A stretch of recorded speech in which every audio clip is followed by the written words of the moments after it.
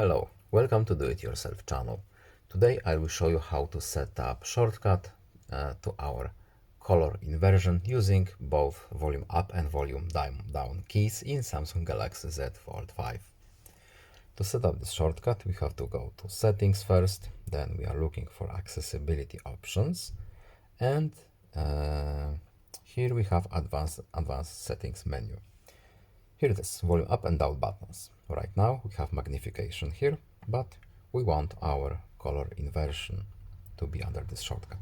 So let's see if it's working. So both volume up and volume down keys for 3 seconds.